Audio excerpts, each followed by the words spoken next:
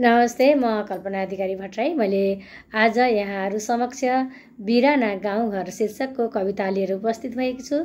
यसका रचनाकार हुनुहुन्छ आदरणीय कवि महाकाव्यकार दाजु विष्णुहरि पौडेलज्यू। यो छन्द रहेको छ शिखरिणी। कवितालाई म यसरी सुरुवात गर्छु। उकाली ओराली थुमरी पखेरा बनथाली फुलेका गुरुधौली रंग बिरंग शोभा मखमली बिसौनी चौतारी युगल झपिला पिपल बर बिराना बन्दैछन् युग समयले गाउँ र घर थिए गामा बेसी चरी चरनावाद परित बनेलीका पोथरा किसलय बुटी घाँस हरित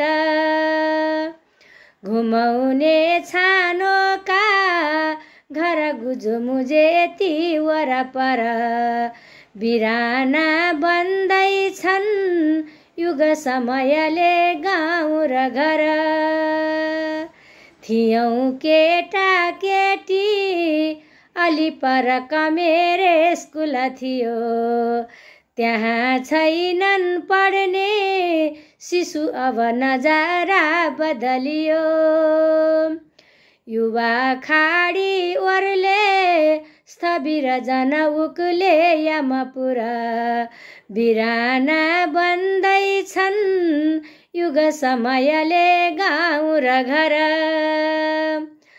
घरै फल्थ्यो केरा लसुन मरटी मास अदुवा पहेलै सुन्तला जिमिर कमला पनि बुवा सबै फाँडे गर्छन् अब चहचहै बाँदर थर बिराना बन्दैछन् युग समयले गाउँ र घर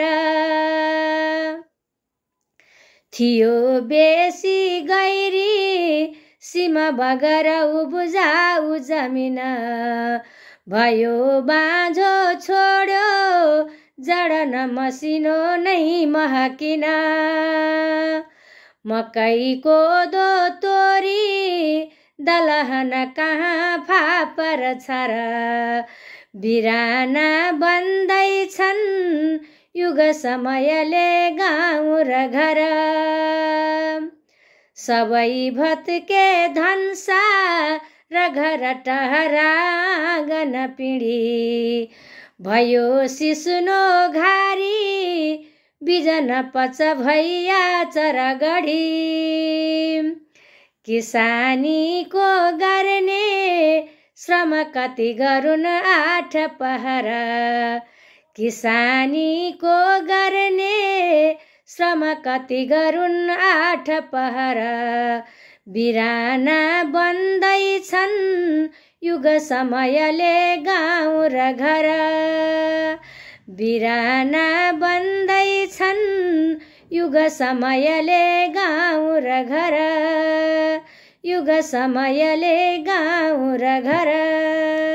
धन्यवाद।